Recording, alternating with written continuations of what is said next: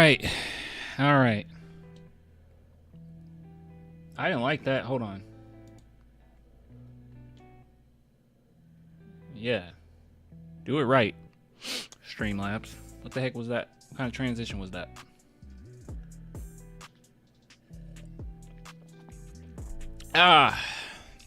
Guys, the Spurs lost. They lost bigly. They lost very bigly. So I don't really want to talk about this game that much. Dude, Larry, it's ridiculous, man. Absolutely ridiculous that he would just now get... Like, what are we doing, bro? What are we doing? What are we doing? Why would he just now play?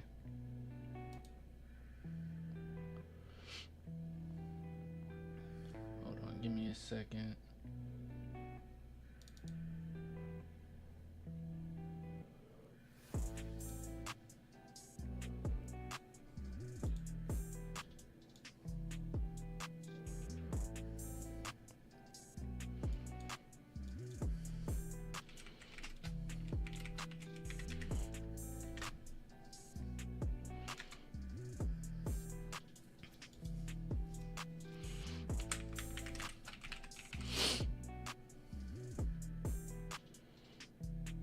Keldon Johnson low-key been balling as of lately.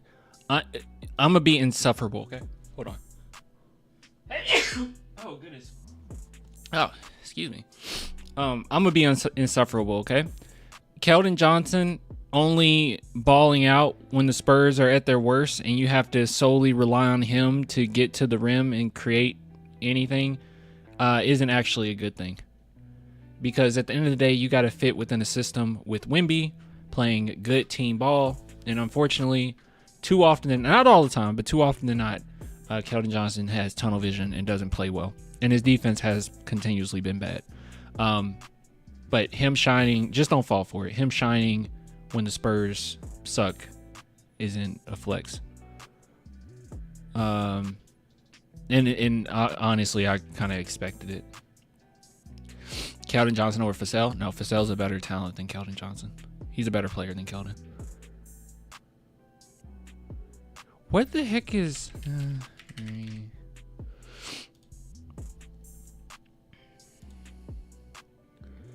Vassell been very inconsistent recently. I mean, if we're talking inconsistency, Keldon Johnson and Devin both are quite inconsistent. It just comes down to who's a better player, and Devin Vassell is a much better player than Keldon Johnson. In every category.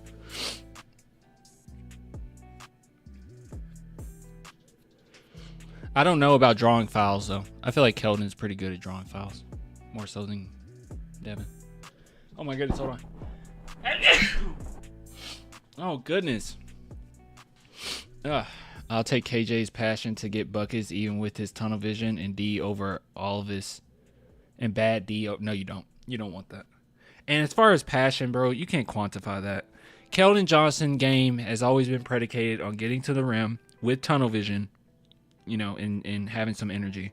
But I don't think Keldon Johnson has more passion for the game than Devin Vassell or anybody. I mean, does Wemby not have passion for the game because he takes so many outside shots? Like, come on. We can't just base it off of who screams and dunks more. I think that's a little silly. That's the same reason why a lot of people chose 40% on that poll said they'll take Jonathan Simmons over Vassell because he dunks. Like, that's not a good enough reason. Correct, but still. No, it's just recency bias, man. Thought we ain't talking about the game. I'm not talking about the game. Am I talking about this game? I'm not talking about this game. Screw this game. It's like Vassell is sometimes scared to draw contact when attacking the rim. I think two things are going on. So one thing that Devin has always struggled with, and very similar to what Derek White has struggled with, is confidence, right? So hold on. All right, let's address this comment. Let me make sure I got exactly who said it. Kobe. All right, shout out to Kobe in the chat. He said it's like Vassell is sometimes scared to draw contact when attacking the rim. So I think there's two things going on. All right, I think number one, he has a very similar issue to what Derek White had, in which he has confidence issues. I think Mitch Johnson has brought this up. We've kind of known this forever, right? That's where the question comes in. Like, could he be a second option to Wemby?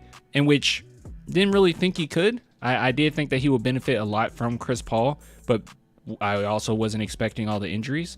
And that goes to the second point. So I think that it's number one, he has confidence issues, right? So it's causing him to be a little streaky. And then number two, I think that injury actually is playing a part of some of this, right? A stress fracture is something that's pretty difficult to get over. It takes time. And we all know that Devin Vassell has had some injury issues. So if someone wants to come in and make the argument that I'm not crazy about having Devin because of injuries, okay, sure. But like when we start getting to the point where we're saying I don't want him because he doesn't have passion for the game, he doesn't. I think that's a little silly, right? I think a lot of it just kind of comes down to that. But yeah.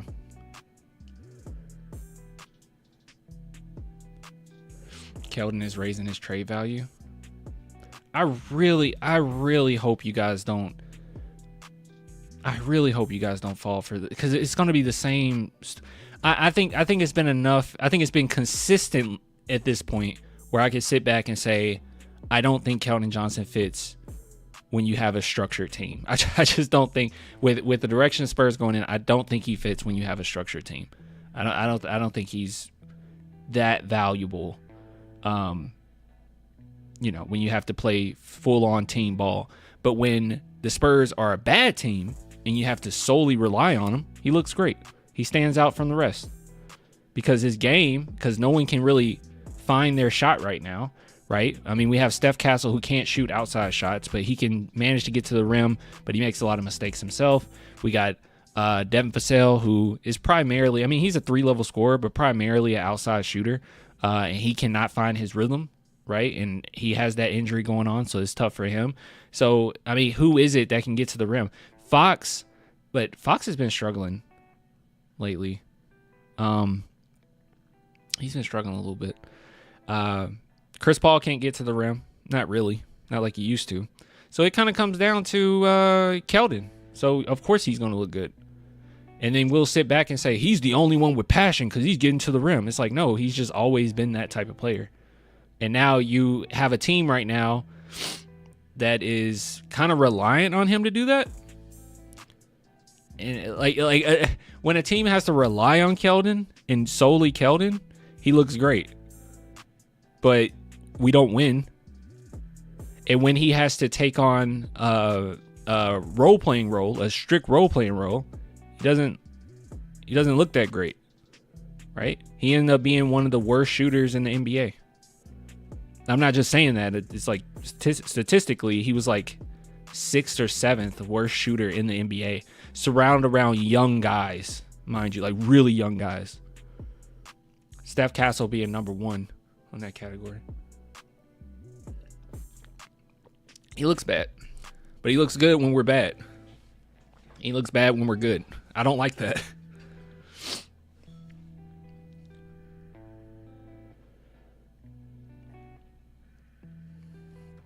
Clan, no way you think we're winning 40 games? Oh, no, I'm over that. When Wemby got hurt, when Wemby was announced out, yeah, that's probably not happening.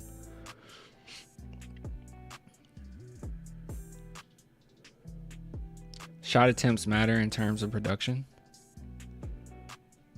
I guess. I hope Fox isn't having second thoughts about coming. No.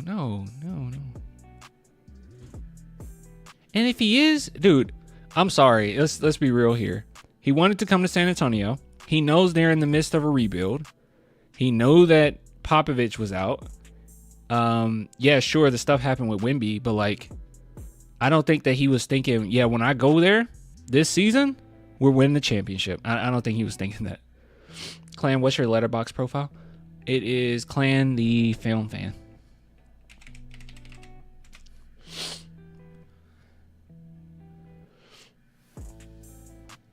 playing the film, man.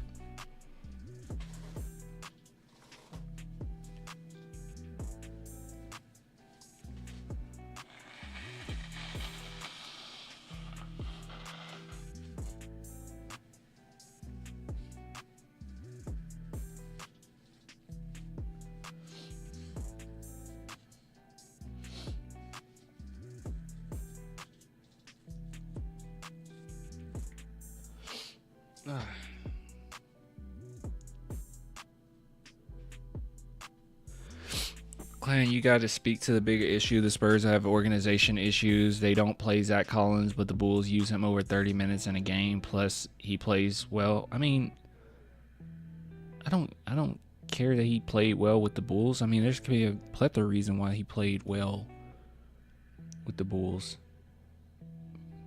for a game. I don't know. I don't think it's that big a deal. To be fair, like, Spurs stopped kind of using him, right? It was like, I mean, I do think an issue is with Mitch Johnson. Like, I do not like Mitch Johnson at this point. I do not like his rotations, and that's a big part of being a coach. I do not like it. I don't like Blake Wesley just now playing. I don't like that. So many people. Like, this is such a silly comment. Hold on. Let me show you something. I hate when the Spurs are losing. Not just because I'm a fan and I want to see us win, but I hate when the Spurs losing because the type of people that start to talk. The type of fans that come out of the woodworks. These people do not say anything when they're winning. Now, I don't know about this person specifically, but I've seen quite a few people like that. Like, this person commented because I said, oh, finally Blake Wesley's getting minutes. He said, I hate Spurs fans like you. First you say Dev needs more time and we are being too tough on him. Spelled too wrong. And now you're saying Blake needs minutes. Yeah. Okay. Yeah. Yeah. Actually. Yeah. Dev needs. Yeah. Dev needs a little time because the injury and stuff, and he played well last season. So, yeah, I think that's fine. You give him some time once we have more talent and see if he fits, and then decide whether or not you want to ship him off. I mean, you don't have to ship him off now. You can't ship him off now anyways. Who do you want to trade Devin for? What are you going to get? We all know he's in a down season. This would be the worst time to trade him if you were to trade him. Give him some time. See if he fits. He's shown to be able to fit. I think he's okay. And then now you saying Blake needs minutes. I've always said that. I've always said that Blake and Malachi needs minutes. Quite funny to me that a lot of people want Popovich back. And they're saying Popovich was coaching this team better. I need Popovich. Where's Popovich? I really miss Popovich. And Popovich played Blake and Malachi. So,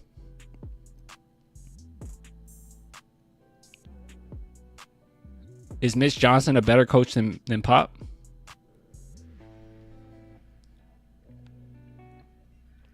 Pop found a way to play him.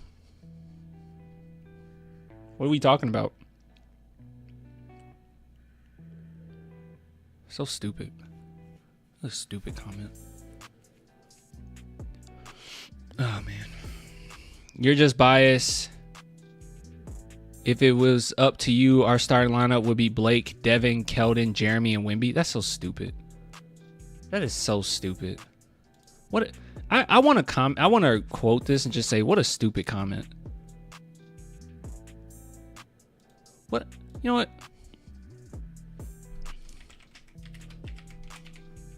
That's dumb. What a stupid comment. Why would I start Blake and Keldon? What a stupid comment. Devin, Jeremy, and Wemby. Also, okay, Blake is dumb. Keldon, that's dumb. Why is Devin, Jeremy, and Wemby starting dumb? What a stupid comment.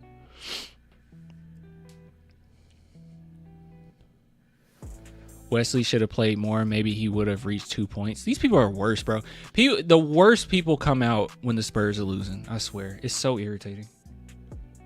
It's so infuriating. The worst people come out. I just want to know who these people are and why they have such poor critical thinking. It's just... they just want to crap on something, bro.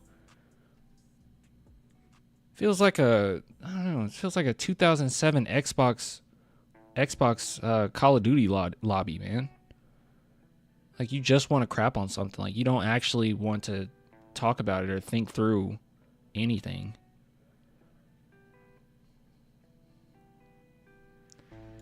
When have I ever said Blake Wesley was like a star talent or anything? I never said that. I said at the very least you can utilize Blake and Malachi to give other players, some rest. But now it's to the point where it's like, well, now we're playing them? Like, what are we doing? When the Spurs struggle shooting threes, we just keep jacking them up. And it's like, okay, all right, fine. If you want to go in that direction, play Malachi, one of the best three-point shooters on the team. Just dumb. Did you see the Nas Reed rumors? We talked about it yesterday. Are there new ones?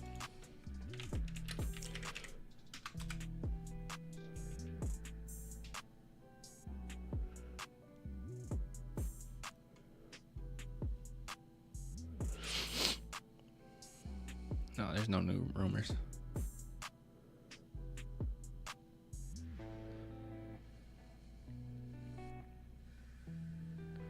We're learning who needs to go. Like, yeah, it is 100% on Devin Vassell on why we're losing. Single-handedly, he is tanking the team, not the injuries, no Pop, or the inexperienced coach. Yeah, it's none of that. It's none of that. It's not the injuries. It's not. If Vassell got hurt, then it will be someone else. Then we'll be blaming someone else. And then if they were out, then we'll be blaming someone else. And then they were out in this. It's this season. And the rest of the season is going to feel very much so. It's going to be very infuriating because it's going to feel just like it did a couple seasons ago, where every single night there was a new player to blame, rather than us just seeing it as what it was, that this team just isn't gelling, and they're going to find new creative ways to lose every night. Like, it's just going to happen that way.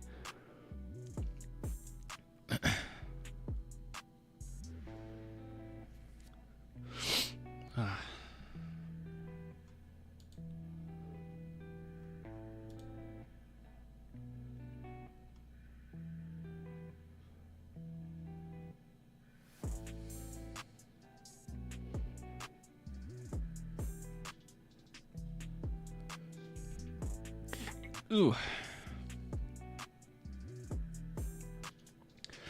I'd rather tank for the rest of the season, try to build more talent. The Spurs don't have to tank. There's just gonna naturally be a tank. There's nothing they can do to tank harder. It's just gonna be a natural tank. Trust me. That we are tanking. I think to say the Spurs are tanking is a little bit of cope, right? Like, it insinuates that it's something purposeful for what's going on. I don't think it's really that purposeful. I don't think that Mitch Johnson is purposefully having bad lineups. I just don't think he is. And honestly, even if the lineups were better, I don't necessarily know. It means we win these games. The way that we're losing them, I don't know if it means we win it just by some of these switch ups. That starting lineup is very bad, though. I still don't understand it. It's all for Chris Paul. I hate it.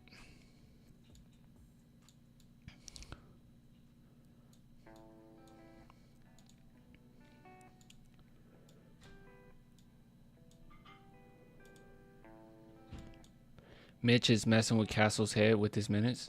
Mitch minutes on players makes no... I don't know. I just hate it. I hate it so much. The minutes makes no sense. And I know Castle has been struggling, right? Like, I get him not playing at certain points because he has been pretty bad. for the team in stretches, but like, I don't know. I don't think it's that big a deal. We're losing anyway.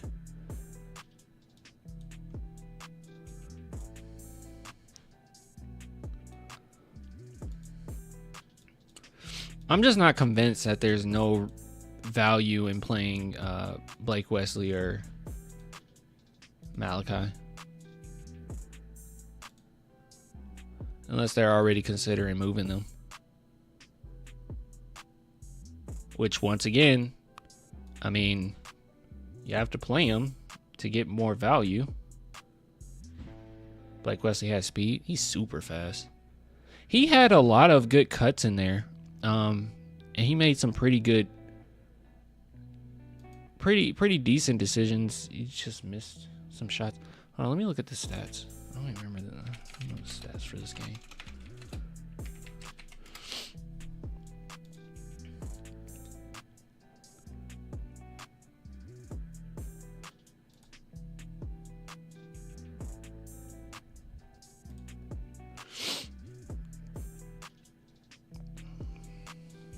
Let's see here.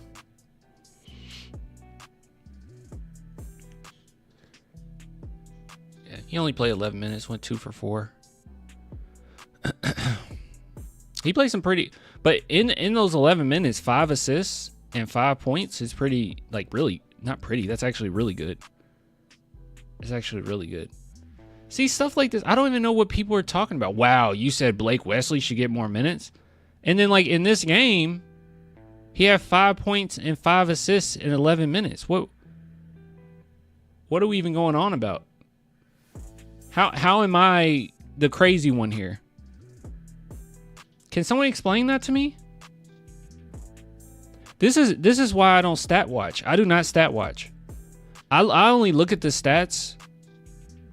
Well, if I'm watching a game and they bring up the stats and I'm like, whoa, that's pretty impressive, right?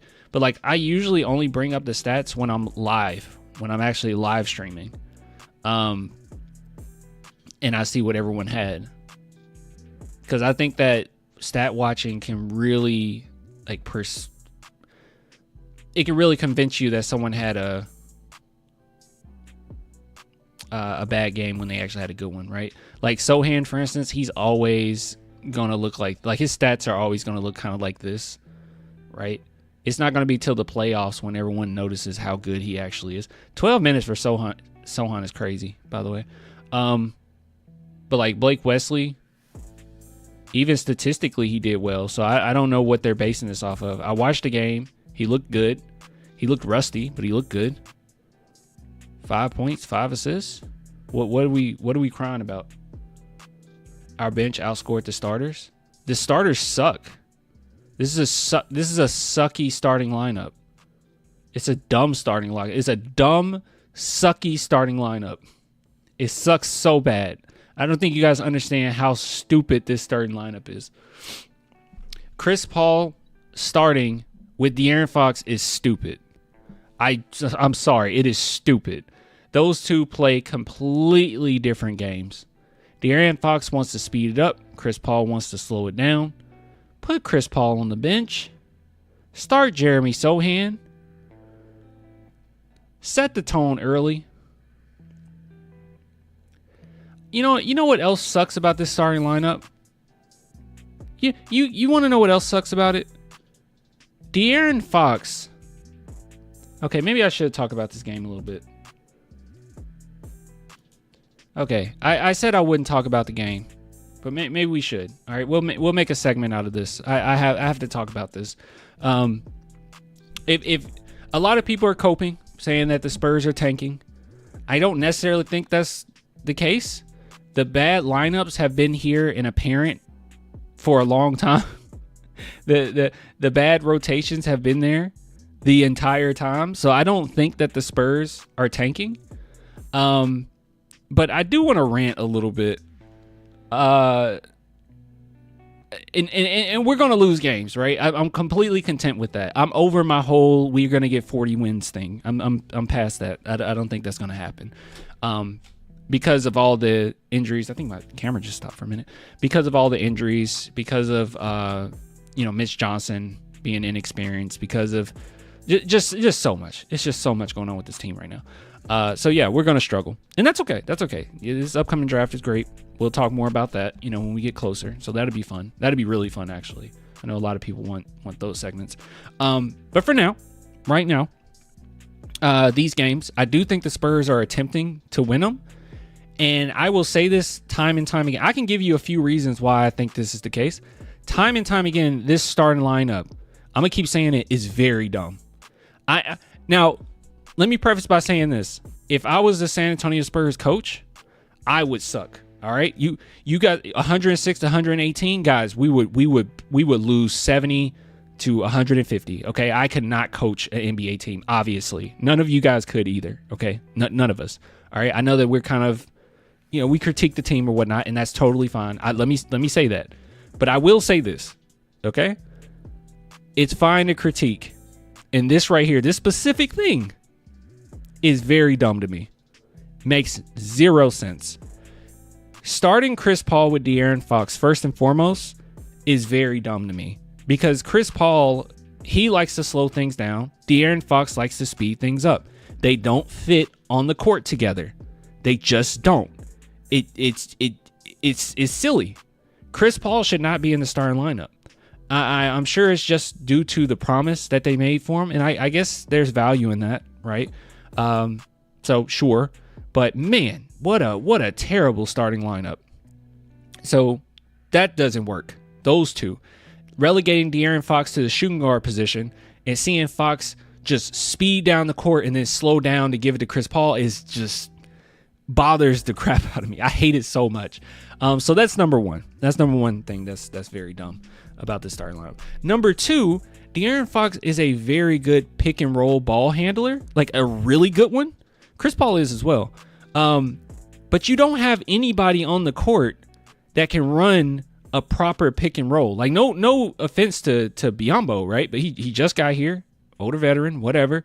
But you do have a player on your team that's lit. And I'm not saying this is not my bias. I know people say you're just biased, Clint. This is not a bias here. He is literally one of the best pick and roll finishers in the NBA. He's third in the NBA.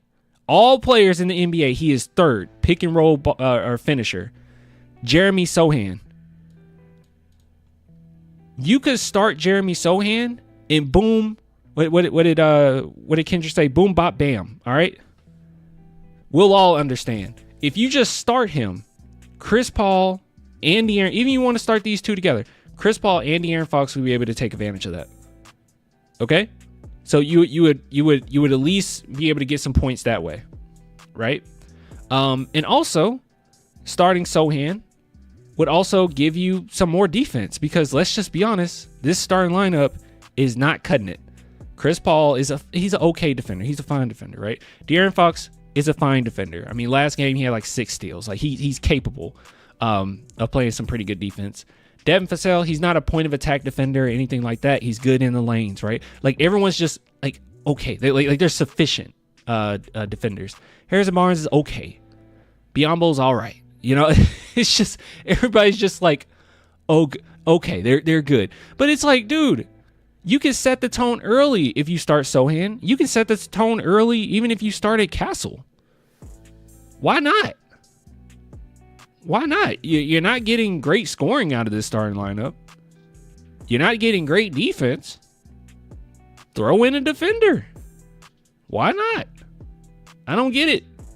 I think that you get more out of starting Sohan than you do Castle. But sure, if you want to start Castle, sure. But Chris Paul has shown to play pretty well next to Castle. I would like for them to be on the bench together, but that doesn't make a lot of sense. So the starting lineup is just dumb to me. And then the Blake Wesley situation. I am getting so tired of when the Spurs lose. When the Spurs lose, the crazies come out, okay? They just start to disagree with everything I have to say. If I bring any ounce of positivity, they get upset. I posted this. I said, seeing Blake Wesley finally play is irritating me. He should have been getting reps for months. I think that that's true. I think Blake Wesley and Malachi Branham both should have been getting reps for months. That doesn't mean that Blake Wesley and Malachi are world beaters. That doesn't mean that I think they're going to be stars. That doesn't mean any of that. At the time, I thought they should get minutes, just at the very least to give, some of our players some rest, some of the starters some rest. We were playing lineups as if we were in the playoffs. Like, we have this set team already, and a lot of the bench just isn't going to play. Like, we're not in the playoffs right now. It's a game of attrition. You need to space it out a little bit. And then you have people like this. I hate Spurs fans like you. First you say Dev needs more time and we are being tough on him, and now you're saying Blake needs minutes. Yeah. Yes. That's not a crazy take. Yes, I think that's totally fine to say, hey, there's no rush to trade Devin Vassell right now. You can wait and see what happens next season. His contract isn't necessarily stopping you from getting more talent. It's not. You can look at who's going to be off the team in the next couple years. You can wait. And also, why would you want to trade somebody when their value is at the lowest? Everyone knows that Devin Vassell is having a down season. Why would this be the reason to do it? Why would this be the time to do it in this offseason? He's about to make less money. Let's give him some more time. I think that's fine. And people are being like a little crazy. And yes, you are being tough on him when you say that you will take Jonathan Simmons over Devin Vassell. That you're being tough on him. That's too much. That's too much hate. I think that's very stupid. I'm just being honest. So there's that. And then now you're saying Blake needs minutes. I've always said Blake Wesley needs minutes. And what's funny about this is everybody wants Popovich back. Everybody has said, bring Pop back. I want Pop. Where is Pop? Mitch Johnson is absolute garbage. I want Popovich. Popovich will be doing a better job. We will be winning if Popovich was here. Guess who Popovich played? He found a way to play Blake Wesley and Malachi Branham. So what are you even arguing with? And then in this game, that these people are saying, oh, you're just so irrational, man. What's up with your bias? They're just angry that there's any type of positivity when it comes to this. Because even in this game, in 11 minutes, Blake Wesley had 5 points and 5 assists. 50% from the field. What are we going on about? No turnovers. 5 points and 5 assists. In 11 minutes. That means in a minute, point, minute, point, minute, point, minute, point, minute, point, minute, assist, minute, assist, minute, assist, minute, assist, minute, assist. That's what that means. What are we even arguing? It's just so silly, bro. It's just so silly. So I think there's a multitude of things going on right now. I think there's a lot of recency bias, right? I have not changed my opinion on Keldon Johnson. Like, yes, he's playing well.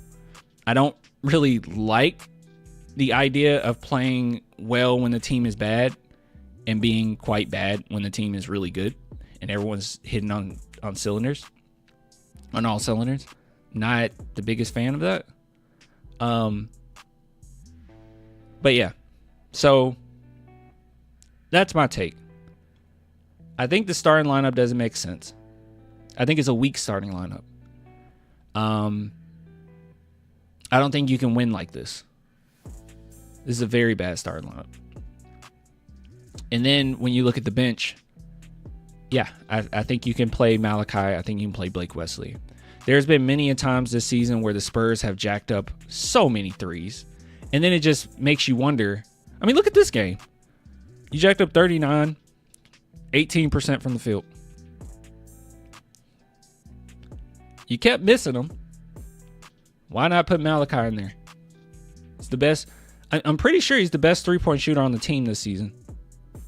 When he has played. Let's see. He's nearly 40% from the field. Actually, what's Harrison Barnes? Because that would be... Because I feel like Harrison Barnes was really good.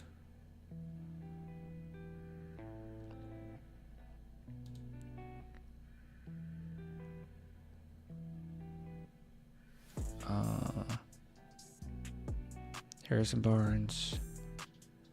41.3%. So Harrison Barnes is better. So now Malachi isn't the best. But yeah. Yeah, but I don't know. It is what it is. Bro, brother, this team is still young and they don't have the depth from the Big Three era.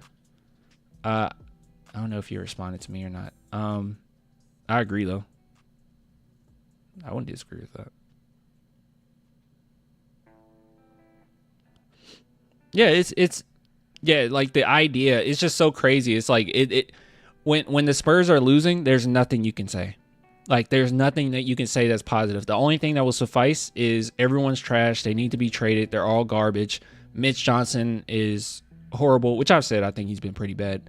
But yeah, like you just have to be venomous. Like you can't say anything that's productive. I don't think it's a crazy take to say, hey, I think Malachi and Blake should win more. That doesn't mean, oh, they play more and all of a sudden I think the Spurs beat the Rockets by 20. I don't think that that's the case. I don't. But I do think that it will be a little bit more productive.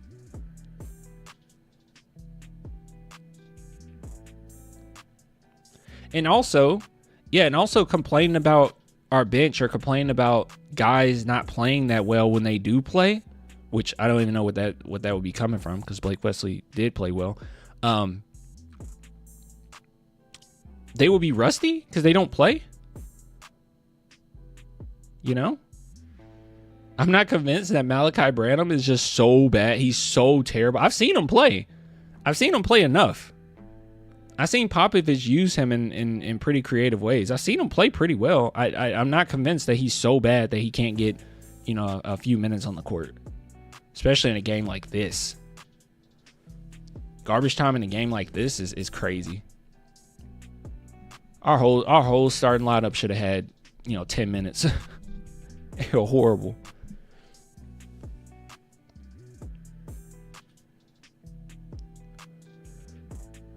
Playing the young guys and losing over whatever the F we're doing now. That's exactly how I feel. You can lose. Like, I'm not like angry about the Spurs losing. I'm just like irritated by this. It's like, okay, we're trying to win. Okay. All right.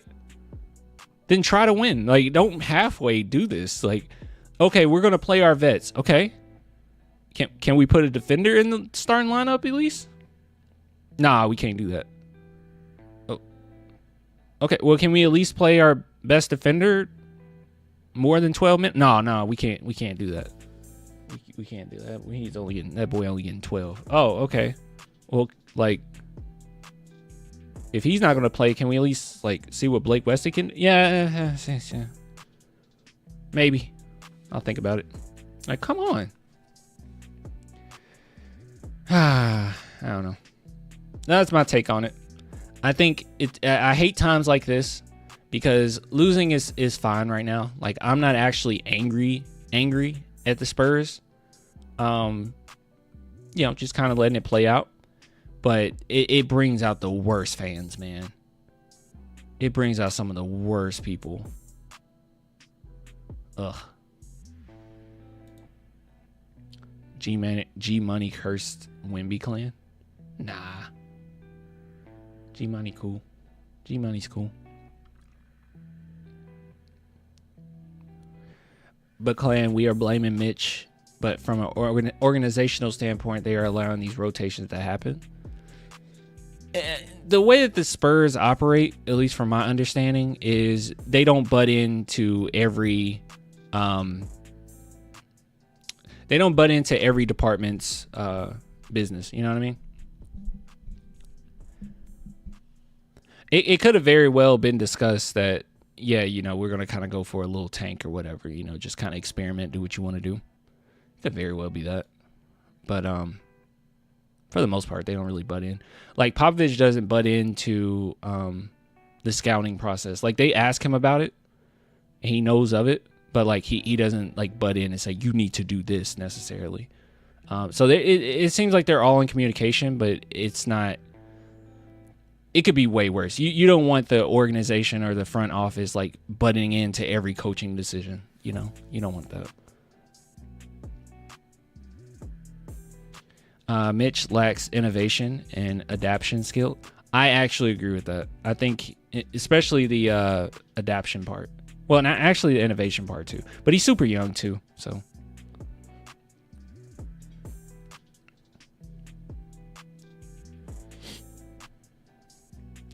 playing. When was the last time a team had back-to-back Rookie of the Years?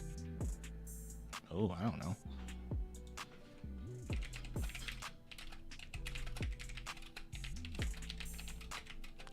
Was it the Sixers? Did they have it? Did they have it with Embiid and?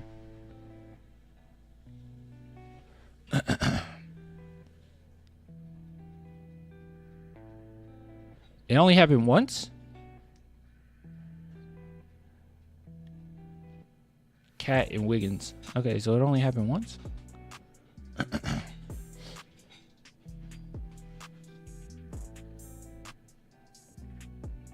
Oh, what did Courtney say? Paul Pierce talking about he'll score 45 points on the current Spurs team. He couldn't do it when Tim Duncan was playing. Why'd he say that? It's a random thing for him to say.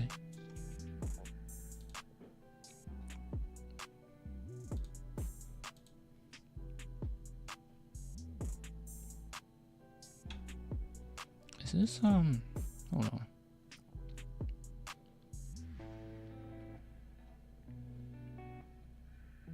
Okay.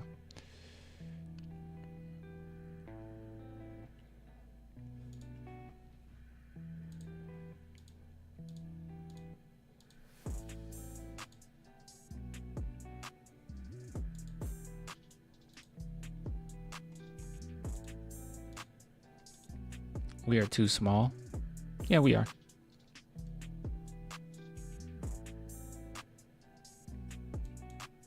Where is G Money? He said you miss the hating. He actually hasn't really been hating on the Spurs the last few live streams. He's been cool. Clan, do you think Jalen Wells is a threat to Castle's Rookie of the Year? Nah, I think Castle got it. I don't think there's gonna be any second guessing. I also think the dunk contest helped as well.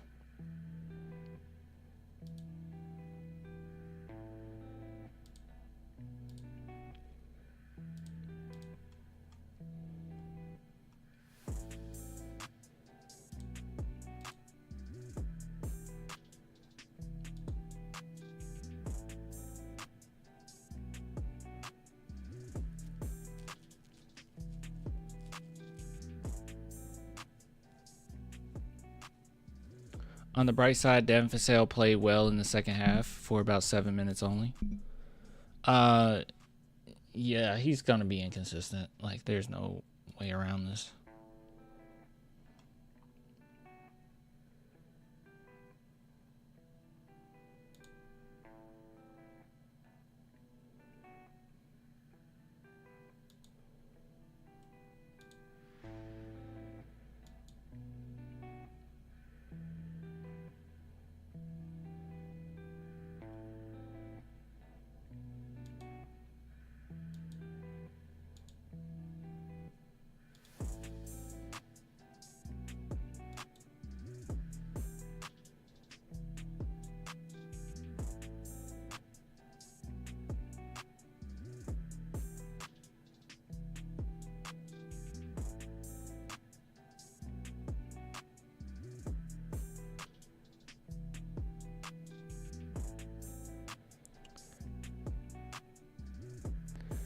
Ty says this Spurs team just looks like they're all in their worst form possible. We know they can be so much better individually, but playing some bad basketball in decent games, just at the worst timing possible, it's just sad basketball. And this person says they've honestly played terrible since the Fox trade. It's weird. And Ty said, 1, they needed a backup center to be capable of playing backup minutes, which they got too late. And 2, they need to adjust this CP3 Fox starting 5 is just horrendous pairing that I think takes away from Fox trying to learn his teammates. Absolutely agree with this. So stupid. Such a dumb starting 5. I don't get it, bro.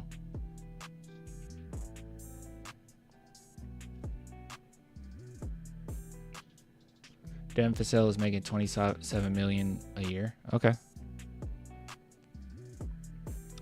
Look around the league. I'm not going over this again. Look around the league.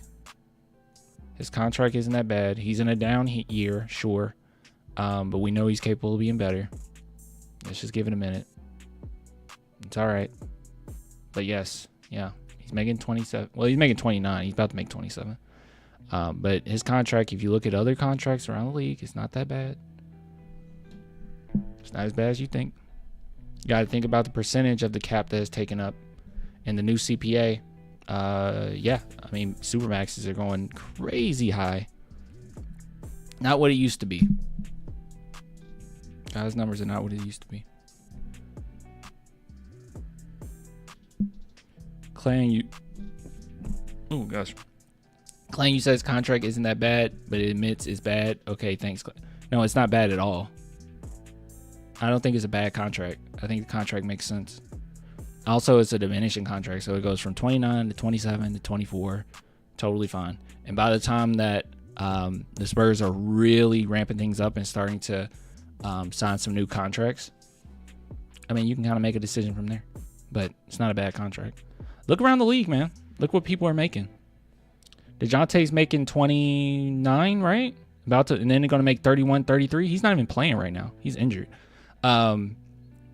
Jeremy Grant is making the same amount. He's been horrible. So all things considered, everything is contextualized. It's not a bad contract. Makes sense.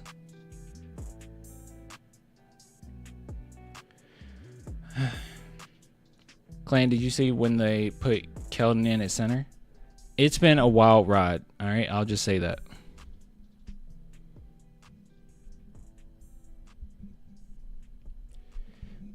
I grew up in the late 90s and 2000s. I appreciate the Big Three era. I was spoiled. We were all spoiled. But it's okay. I mean, we're about to be spoiled. I mean, it's so funny because, like, we say that we were spoiled. We're still spoiled, bro. Like, it's crazy how quick this rebuild is going. We're still spoiled. Like, as soon as we tank, we get as soon as we tank, we get the greatest prospect of all time. Like, what is this? We are spoiled. We tanked 1 year. Yeah, we like tanked 1 year and got the greatest prospect of all time. Possibly end up being the greatest player of all time. Like 1 year.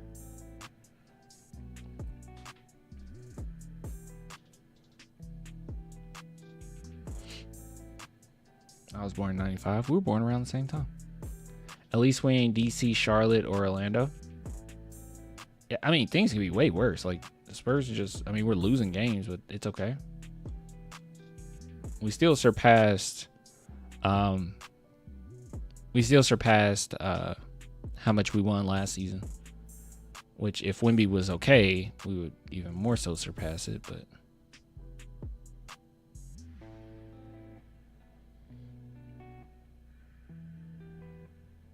fans have turned on Pop, Wemby, Sohan, and Devin all in one season. It's nuts.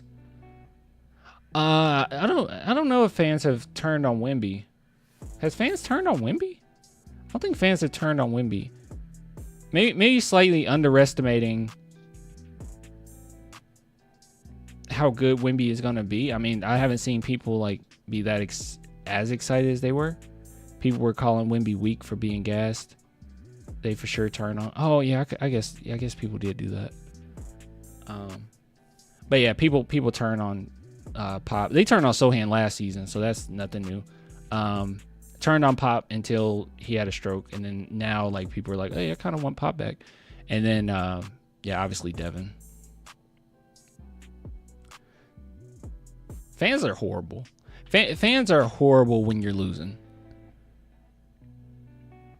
When we're winning, it's so frustrating because I will have the same take as when we're losing than when we're winning. The exact same take. Like I've been very consistent with how I feel about Keldon. I've been very consistent on how I feel about Devin. I've been very consistent about how I feel about Sohan. And everyone will disagree with anything I have to say. But as soon as we start to win and I have the exact same takes, everyone agrees. Everyone's happy. Everyone's cool. It's frustrating.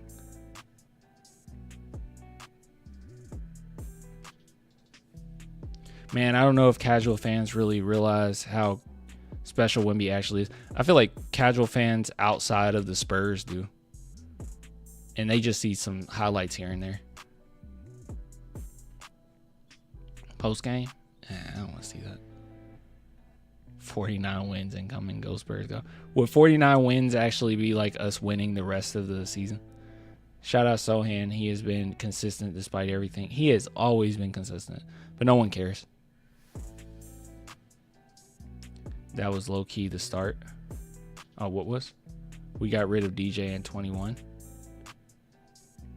DJ got traded in 2021? Okay, we drafted Wemby in... Oh, I guess it was 2021. Yeah, because you drafted Wemby in 2023. Huh. Yeah, that was the start of the rebuild right there. Definitive start of the rebuild. And then that was crazy too. It was like, you know, we have these takes, and I think usually it's not that we're like big brained, right? It's not like I'm the smartest person in the world or whatever. It's like a lot of times I have takes and it end up being true, or end up being good takes, all things considered, years down the line. And the reason being is because you just have to critically think about it and not be too reactionary, right? Like the Dejounte Murray trade, I felt and thought that was an instant finesse. Like there was no way that you should have gotten that haul for Dejounte. But everyone, or not everyone, but a big chunk of Spurs fans genuinely thought like, oh my God, we got rid of him. Oh, that's crazy. Oh no. He has so much talent.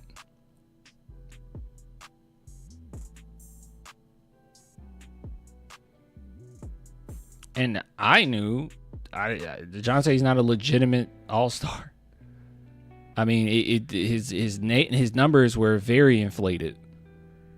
You watch the games, very inflated. Okay, he hit quite a few like big shots, but when you're watching the game, even though I know this is gonna sound crazy, but even though the ball went into the hoop, it was not conducive to a winning team.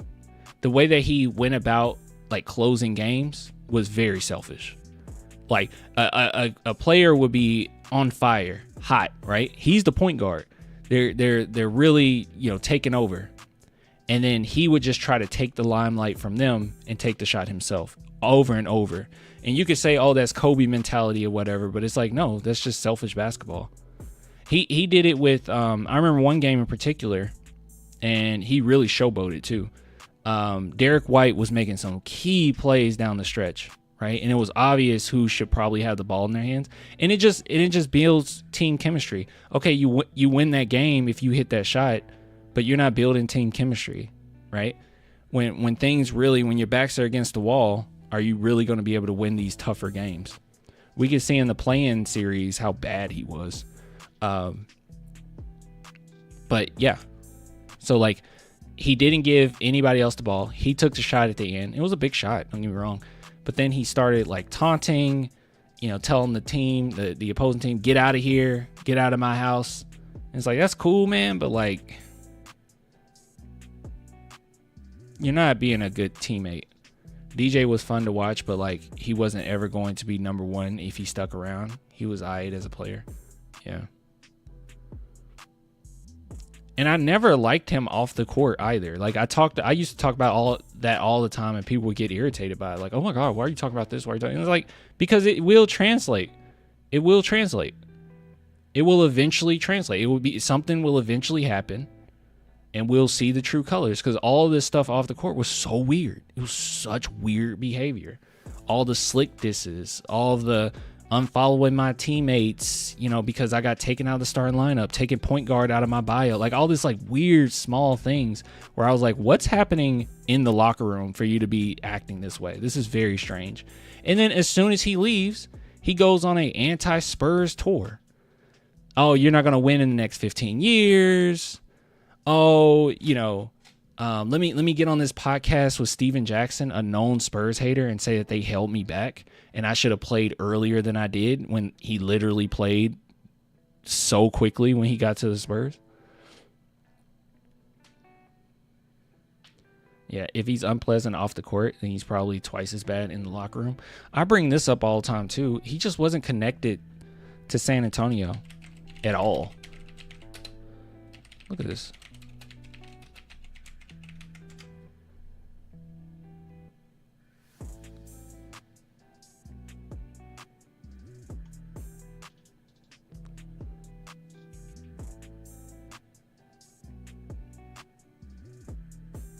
Look at this. You want to see what he gave back to San Antonio or what he was doing in San Antonio? You look up Dejounte Murray, charity, San Antonio. You got a post from 2017 in which Dejounte Murray taught a student how to tie her shoes at a Spurs charity event. How to tie her shoes. And then you have other stuff like this where it's like he gave back to his former high school in Washington, which is cool. Like, I'm not trying to take anything away from him, but like this is how connected he was. He wasn't connected at all. He didn't hang out with his teammates like that. And then he left and then made the statement that he's still cool with all his teammates in San Antonio. That's actually not true. And I know that to not be true.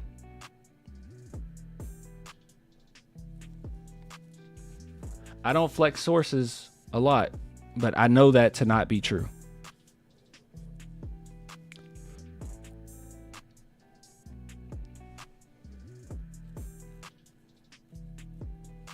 DJ walked around with a swagger of 1,000. You think he brought us 3 championships or something? Bro's a bozo.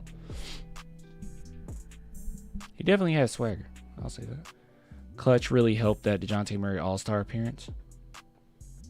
Yeah, I mean, I don't know.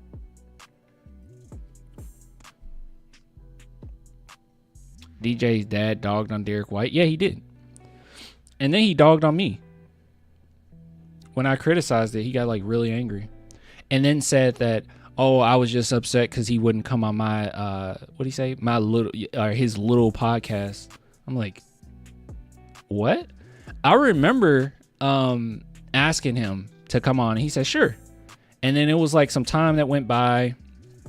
And then I asked again. And I was like, hey, man, it'd be really cool if you came on. And then he said, sure, but you have to pay me like, what was it? Like $1,000 or something? Hold on. I was like, what? I don't even know if I can find I don't know if I can find it anymore. It's in one of my videos.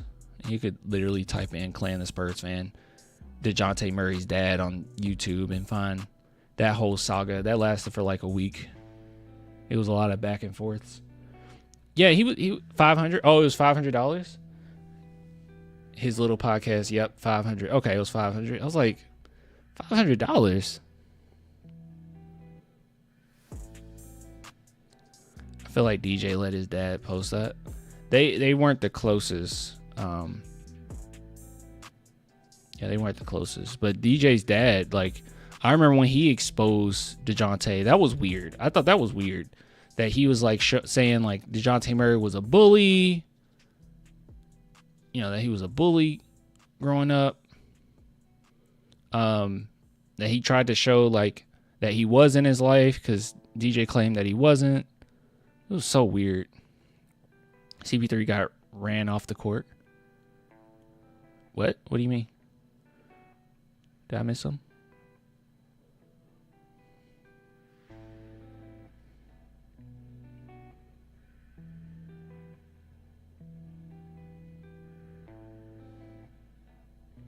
I hate this content.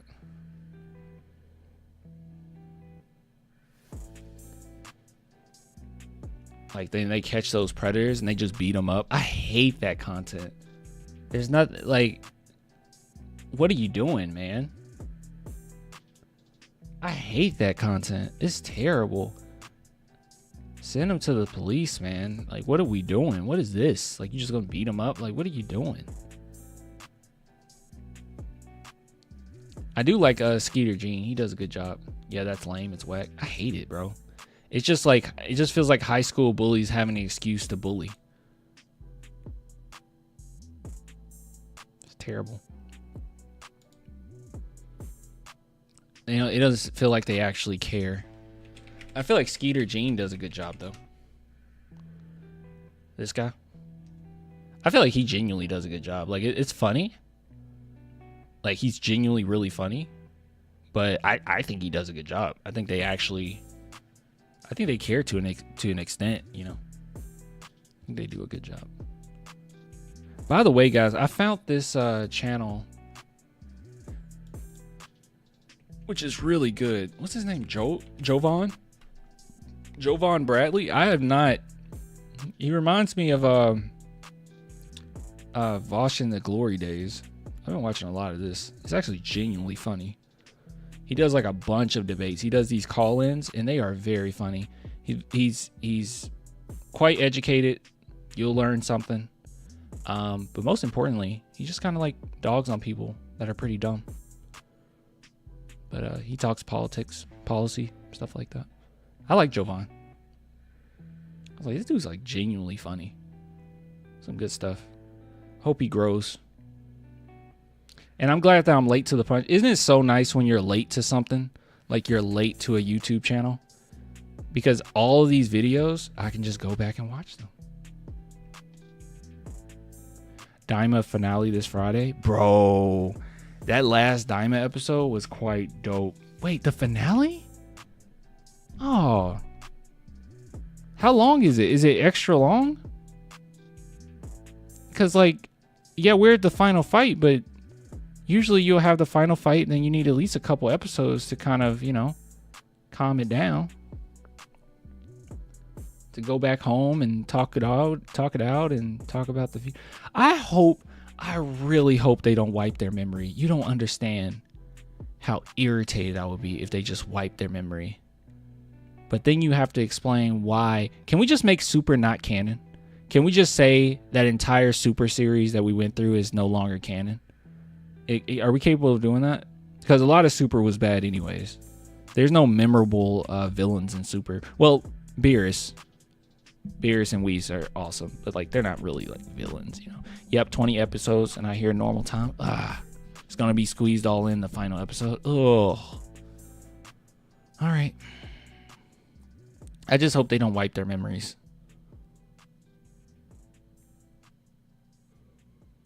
Don't wipe their memories, please. By the way, guys, Sparking Zero has not been that fun for a while. I don't know what's going on. I have not had that much fun with it. It needs way more content. I've just been playing a lot of Rivals. I hear it'll tie into Super. The content will be used. I hear it'll tie into Super. The manga? They may bring Super Saiyan 4 to Super now.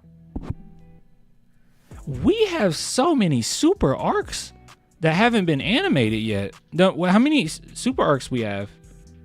We have Moro, we have Granola, we have it's not just those two, right? We have, well, I guess we got the superhero one. That's already been animated in a movie. Yeah, the lore and everything about the demon realm. Oh, okay, kind of going back to that. I just don't understand why Goku wouldn't have used Super Saiyan 4, you know. I genuinely think that this is the best Dragon Ball property since Z. And it was because Akira Toriyama was involved in the entire thing. Like, this is the best since Z. Super is messy. It is so messy. But this was like, wow. Like, you got the adventure and the excitement of Dragon Ball. You have the build up. Like, people aren't just randomly getting power-ups. Like, there's a genuine build up to it. And it makes sense.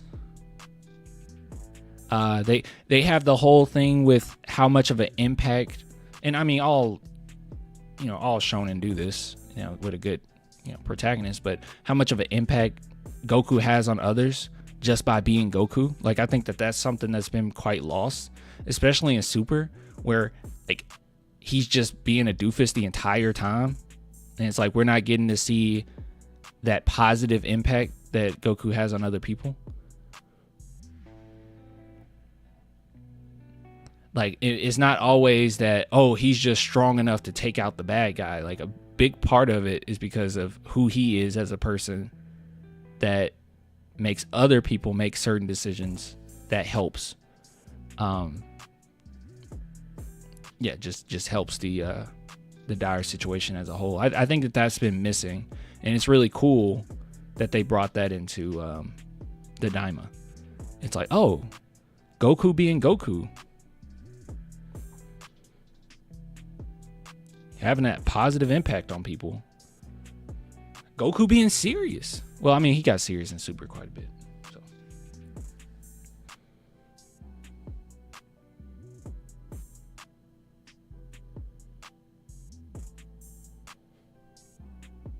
I thought that list already came out. The Epstein flight logs are going to be... I thought it was already released.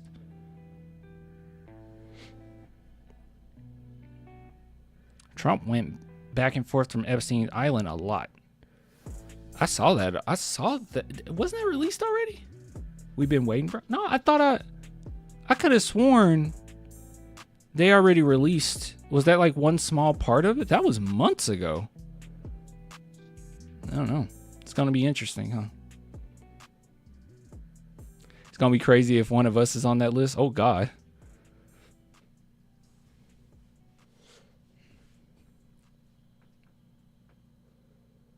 All I know is it's going to be an emotional final Toriyama episode. Yeah, you know it is. I've been waiting for that list. Oh, okay. I thought it was here for a while, but okay. I'm excited. That's something to look forward to. Expose all these creeps.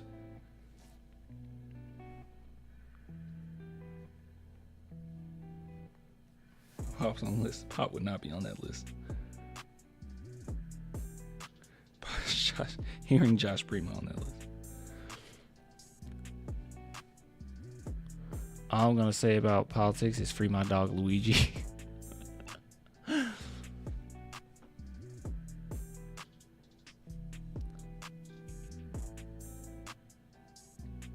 Of course, Trump is deleted on that list. He'll be on there. Come on. He's his best friend.